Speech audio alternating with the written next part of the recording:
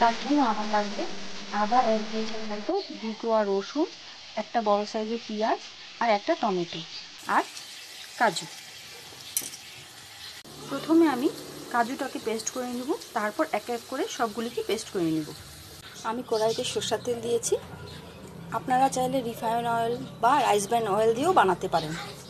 আমি এটা ঘরোয়া পদ্ধতিতেই বানাবো, কারণ আমি ঘরে এরকম প্রায় বানিয়ে থাকি। আমার ছেলেমেয়েরা কাজু খেতে চায় না, তাই আমি এখানে রান্নায় কাজু দিয়ে দিলে ওরা বুঝতে পারে না, খেয়ে নেয়। তাই আমি এভাবে বানাচ্ছি, আপনাদেরকেও দেখাচ্ছি। আমি পনিরগুলিকে হালকা ভেজে নিব। তেলটা গরম হয়ে গেছে, এখন আমি পনিরগুলিকে একটা একটা করে দিয়ে দেব। পনির কতটা হবে ঠিক আমার আইডিয়া নেই, তবে 200-250 গ্রাম হবে। দেখুন, আমি বেশি ভাজবো না, অল্পই ভাজবো। এখন আমি তুলে নেব। এই পরিমাণেই ভাজা আমার লাগবে, বেশি ভাজলে শক্ত হয়ে যাবে।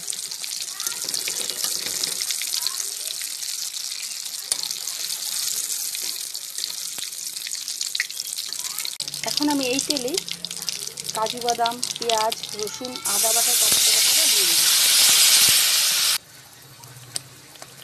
একে একে সব মশলা দিচ্ছি। হলুদ গুঁড়ো, জিরে গুঁড়ো,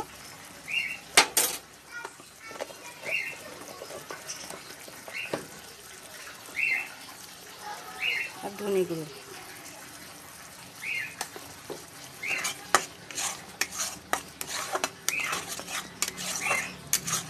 নুন পরিমাণ মতো, লঙ্কা চেরা। আপনারা চাইলে আপনাদের পছন্দ মতো ঝাল দিবেন। আমি ঝাল বেশি দিই না, কারণ আমার ছেলেমেয়েরা ঝাল বেশি খেতে পারে না।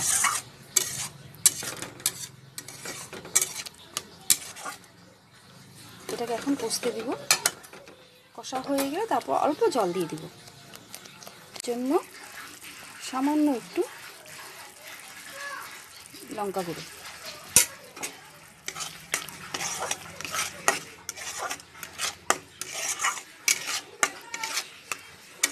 এখন এটাকে কম স্টিমে আমি কষতে দিব। দেখুন, মশলাটা কষা হয়ে গেছে, তেল ছেড়ে দিয়েছে। এখন আমি জল দিয়ে দিব।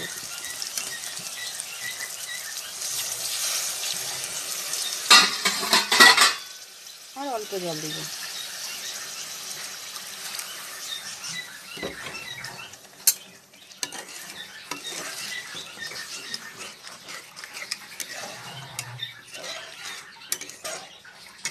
এখন আমি এটাকে কিছু সময়ের জন্য হতে দিব।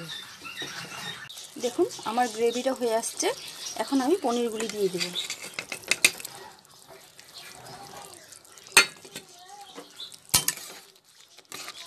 গ্রেভিটা আরও ঘন হবে। তারপর আমি এটাতে গরম মশলা, কাসুরি মেথি আর অল্প ঘি দিব, যেহেতু এটা বাচ্চাদের রান্না তাই। শুধু যে এটা বাচ্চাদের রান্না তাই নয়, বাচ্চারাও খাবে, বড়রাও খাবে।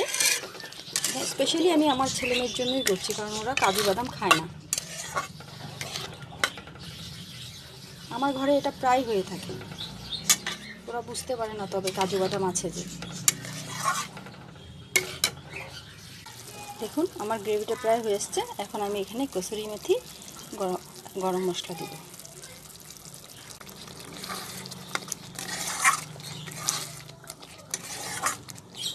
গরম মশলা দিয়েছি।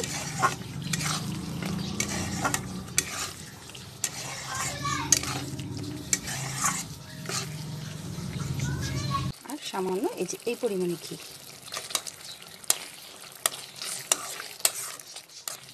এখন এটাকে আমি নামিয়ে নেব।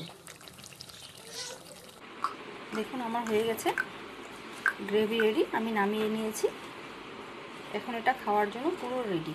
এটা ভাতের সাথে, পরোটার সাথে খেতে পারেন, ভালো লাগবে। ভালো লাগলে আমাদের চ্যানেলটাকে সাবস্ক্রাইব করবেন, লাইক করবেন আর অবশ্যই শেয়ার করবেন। আর কমেন্টসে জানাবেন কেমন লাগলো। Thank you.